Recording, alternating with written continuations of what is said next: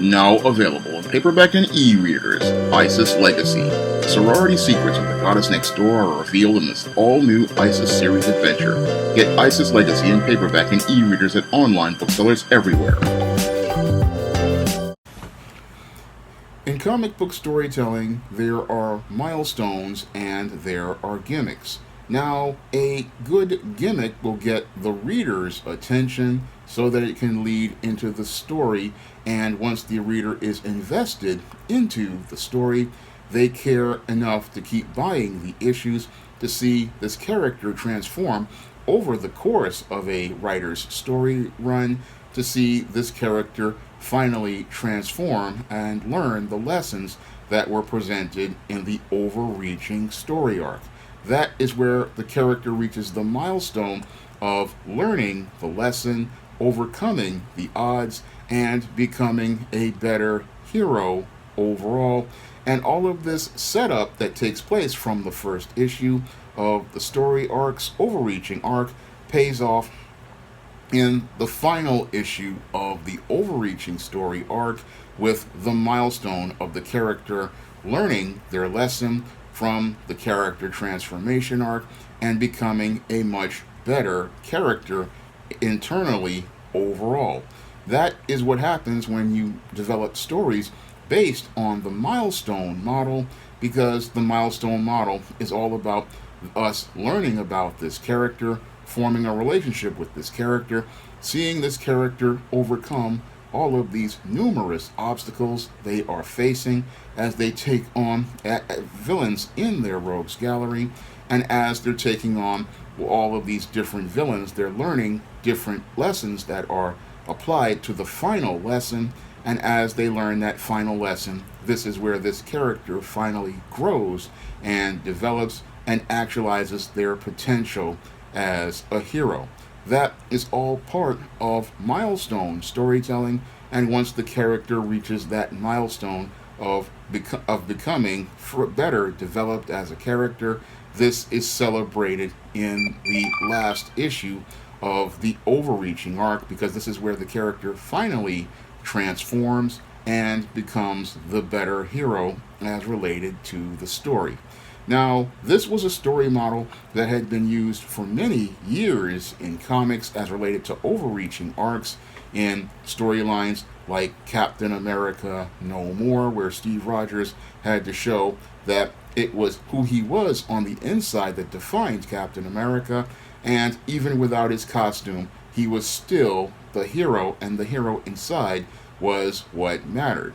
And it was also a point in storylines like the Armor Wars, where your Tony Stark was out here fighting to get his stolen technology back to keep other villains from using it, but he comes to the realization that that even though he stopped the technology, he has to think about the human cost as related to his actions, and why Iron Man is important to protecting the world. So there's an overreaching arc with these characters where we see them change and transform over the course of multiple issues, over a course of years, and all of this character development comes organically from the foundations of a character story, and that's what makes these kinds of milestones very satisfying, because we see these characters start out at one point where they're dealing with this conflict,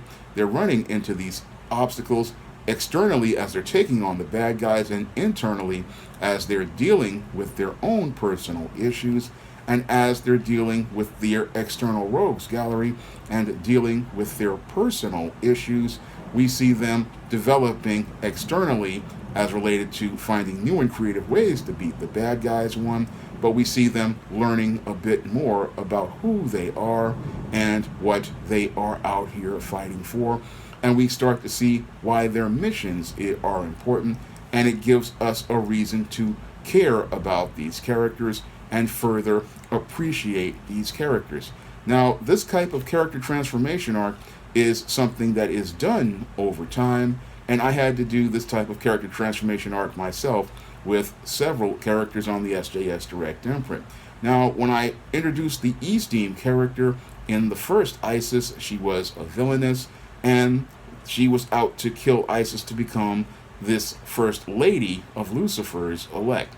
But after she got defeated by ISIS in the first ISIS and the politics of hell, she then moved on to taking on John Haynes in The Temptation of John Haynes. And in that story, that's where the ESTEEM character started to transform, because she started to see that in her attempts to try to compromise John Haynes, she was making a compromise as related to her internal moral character.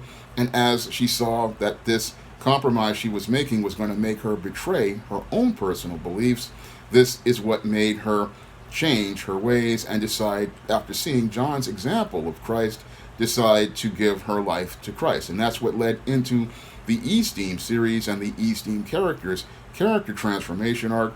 As she slowly starts to develop her relationship with God, she starts to transform as she's taking on each of these different bad guys. And as she's taking on each of these bad guys, we're following the 3-act paradigm. And at plot point 1, she's in the first act, and that's when she takes, I think it was Demons Anonymous, where she meets Claudius and the members of Demons Anonymous. And that story shows the character as she's taking on Lucifer and Delilah. She comes to a conclusion as related to further developing her relationship with God. Now, the second part of the second plot point, is where she's taking on the witches of Eastland. And as she's taking on these witches of Eastland, she realizes that she's taking on these witches not with her demon face, but with her human face. And that's where she gets the turning point, where she realizes she doesn't need the demon powers anymore to go out here and try to do good. And that's what leads to the final part of the character transformation arc, which was ESTEEM Ascension, where she takes on Delilah, who has her powers, and faces her greatest enemy, which is herself.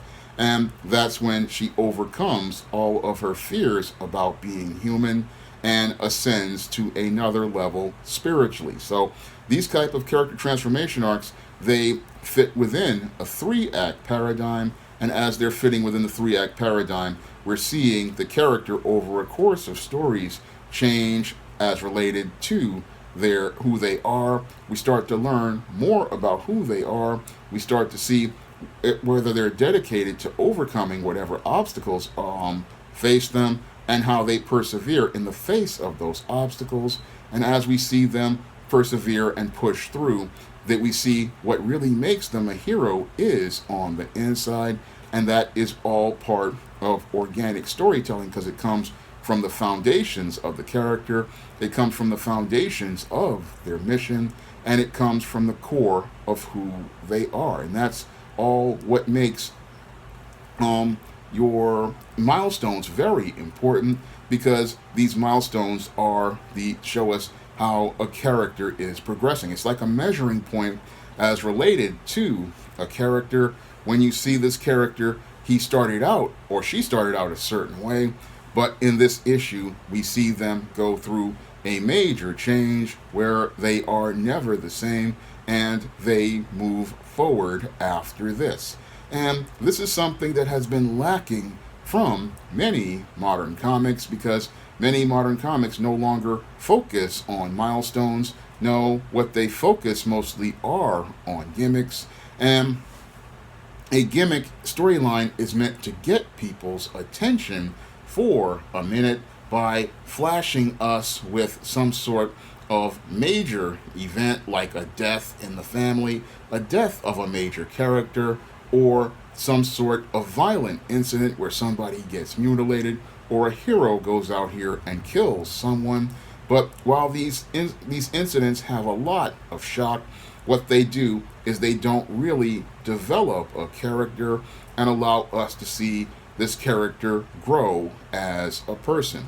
Good writers want you to see this character grow as a person, and they want you to see this character change in ways where you see this character become a better person as a result of their experiences. Because the whole point of the hero's journey is that we're watching this character as they're going on in their stories, we're seeing them learn more about themselves and learn more about the world. And this is something I did in the ISIS series, where I was doing the whole Goddess Next Door storyline that started with Amari's revenge.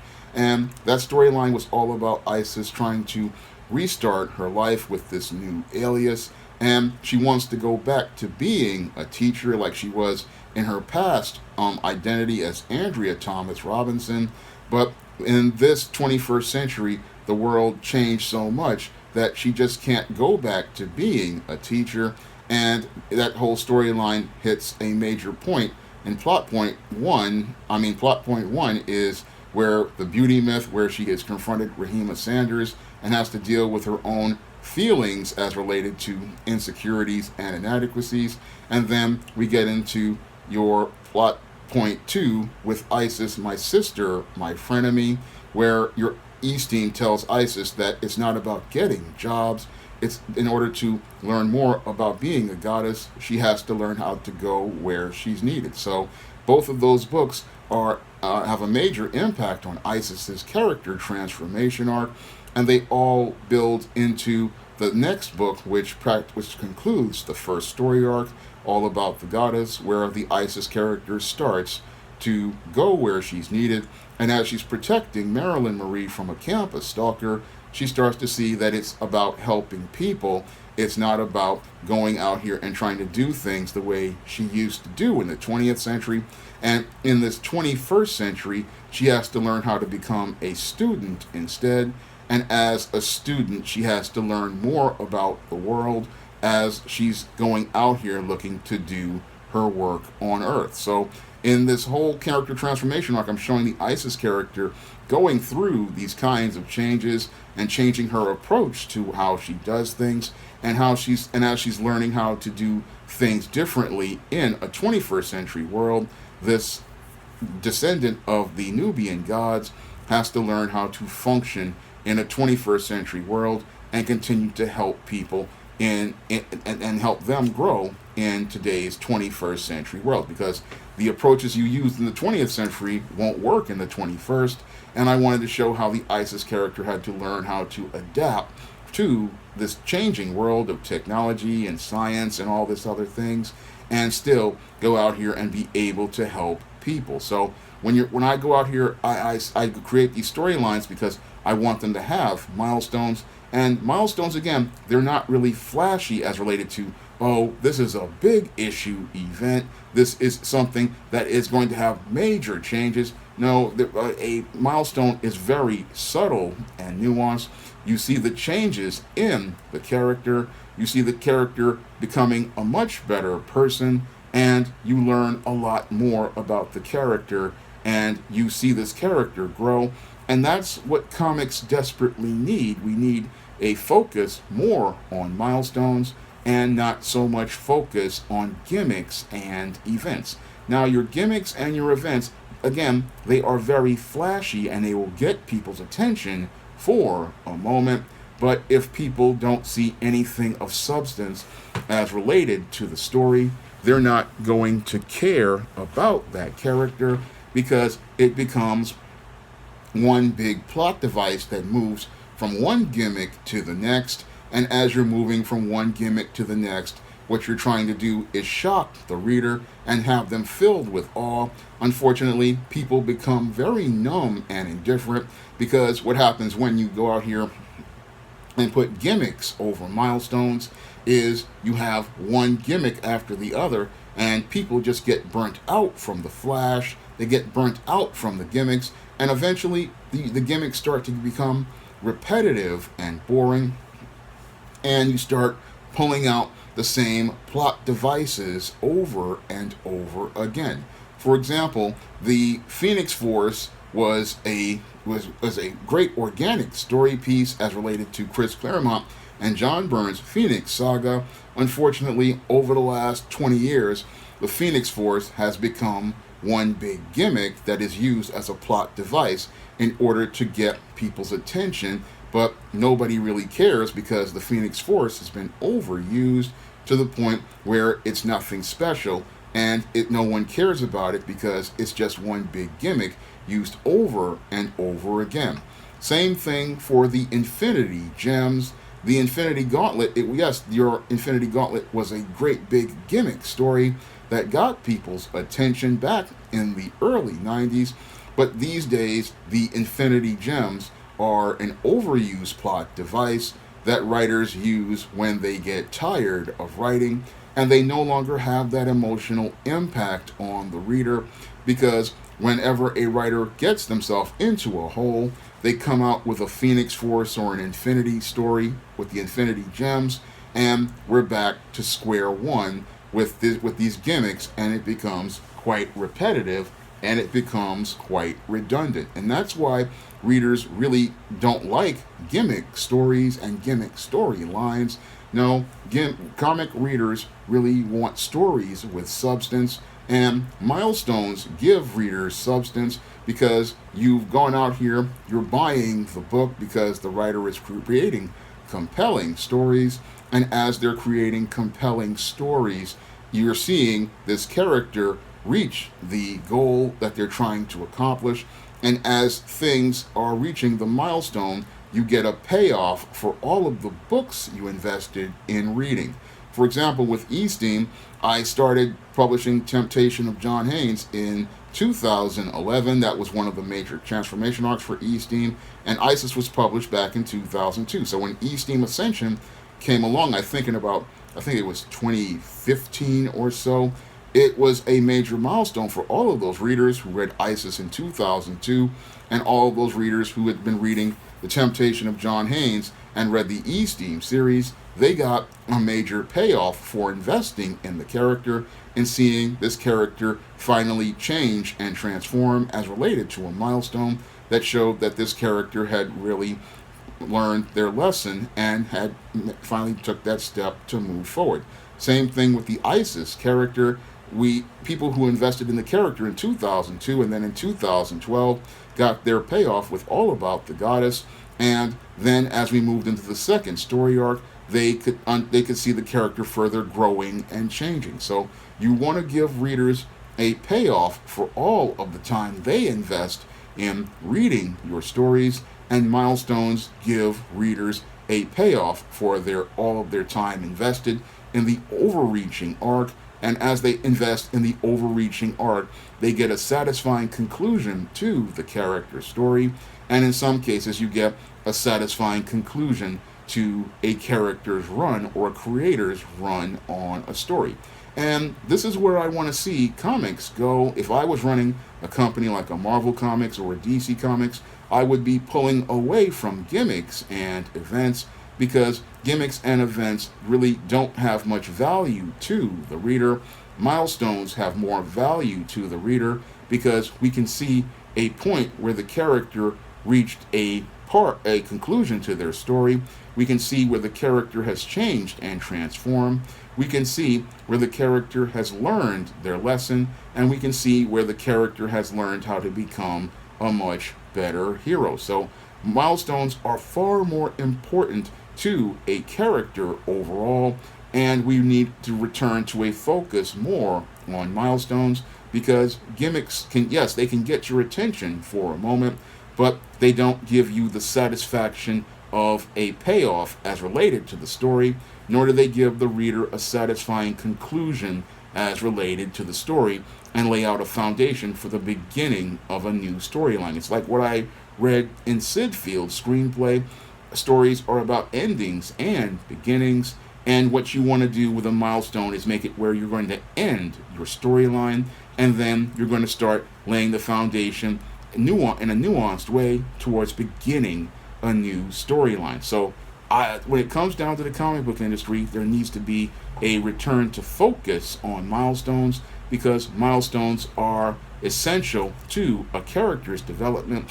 They are essential to building a relationship with the reader, and they are essential to going out here and building sales for a book, because if readers can become invested and care about your characters, they're going to go out here and want to go out here and buy more stories featuring your characters. And that's something many have not learned over the course of the 90s and the early 2000s, because there's just such a focus on gimmicks. But the whole thing is, gimmick storyline, it's don't really sell like Milestones. Yes, Milestone storylines do take a bit more time to sell, but the payoff is far more worth it, and you also build a stronger reputation with your readers. You build a stronger reputation for your brand, and you form a better connection with your readers when you do Milestones, because when the readers can see that there's a long-term storyline that they can invest in, and everything's going to remain consistent, this is what's going to give the reader incentive to keep going out here and buying stories. And that's something that many comic professionals really need to focus on, because again, Milestones are the thing that get people to go out here and not only buy the next issue coming up, but that also gives them incentive to buy the back issues and learn more about the character. So you really want to invest in Milestones when you're doing story arcs, because those milestones, as related to the overreaching arc, are the big payoff. They are the thing that gives the reader incentive to go out here and keep buying the book, and they show us character development and progression, and that's something that the readers want to see. They would rather invest in getting 12 issues and seeing a milestone payoff, rather than seeing a gimmick where somebody loses a hand, gets their head chopped off, or a character dies. These are things that the readers don't really want to see, and they get real tired. What people want to see is organic from the roots character development, and they want to see all of that character development pay off in a milestone that they will always remember, and will be so satisfying that they want to tell more readers about your story. Now, if you want to pick up many of the milestone books in the SJS Direct universe, like Isis All About the Goddess, Isis Legacy, and ESTEEM Ascension, and Isis Revenge of the Cyber Goddess, you can find all of those books on Amazon.com in paperback and Kindle format. You can also find those books on Smashwords, Barnes & Noble, and the iBookstore. And if you want to see me make more comic-related book videos like this, you can donate to my Patreon, my PayPal, or my Cash App by clicking the links in the description box. That's all I have to say for this video. You can comment, rate, and subscribe. If you think you've seen scares, get ready for the horror of the hyena woman.